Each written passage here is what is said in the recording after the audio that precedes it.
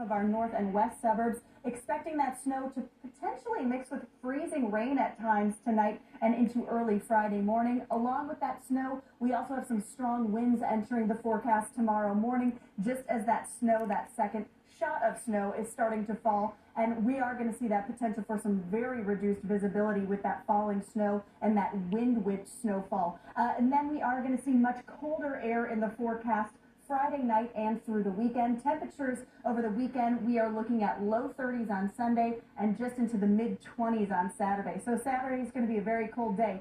Look at this. This is Harvard. It's hard to tell, but we are seeing some significant snowfall there across those northwest counties. That's where we've seen a lot of the activity so far this evening. All of this coming from this low pressure system tracking just to the north of us. A lot of the Wisconsin and Minnesota area getting the brunt of this system, but we're on that southern end of this, and we are seeing that significant snowfall moving into the area right now. Keeping an eye on this band of snowfall that's really tracking from Rockford down to Joliet. That's going to continue to track through as we head through this evening and going to reduce visibility. Already starting to see that across some of those western suburbs, seeing visibility down to less than a mile in Aurora and DeKalb, as well as Rockford, just 2 miles of visibility right now. Here's a look at the timing on this system. Expecting to continue to see a pretty significant snowfall steady across those north and west suburbs, and then we'll continue to see that slide into our southern suburbs through the evening hours. A little bit of a break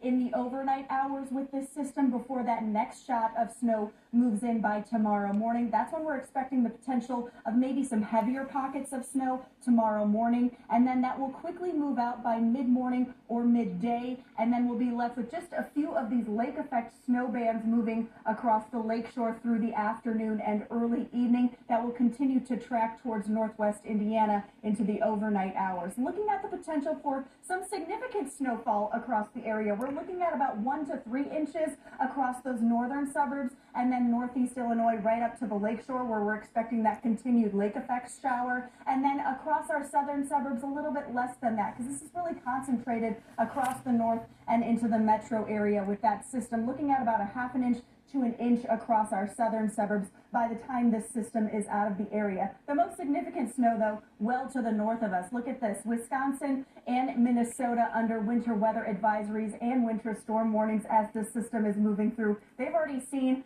5 to 7 inches of snowfall in just the past 24 hours from this system. So we are on the lower end of those totals, but still significant and falling just as we're getting on the road tomorrow morning especially. That's when we're going to see those issues. That's also when those winds pick up. So as that low continues to track out of the area, that western side of that system, that's where we're going to see those strong winds tomorrow morning. Expecting gusts up to about 40 miles per hour at times. So that's really going to create some issues when it comes to visibility. That's when that snow is going to be falling as well. So expecting tomorrow morning to see visibility reduced to about a mile across the area or less than that as that snow is falling and that wind is becoming an issue. Along with that snowfall, potential for some of that rain or freezing rain in the forecast, which means we are going to see some slick roadways tomorrow morning as you're heading out. Now, the good news is we do see some drier conditions for the weekend, however, colder conditions as well.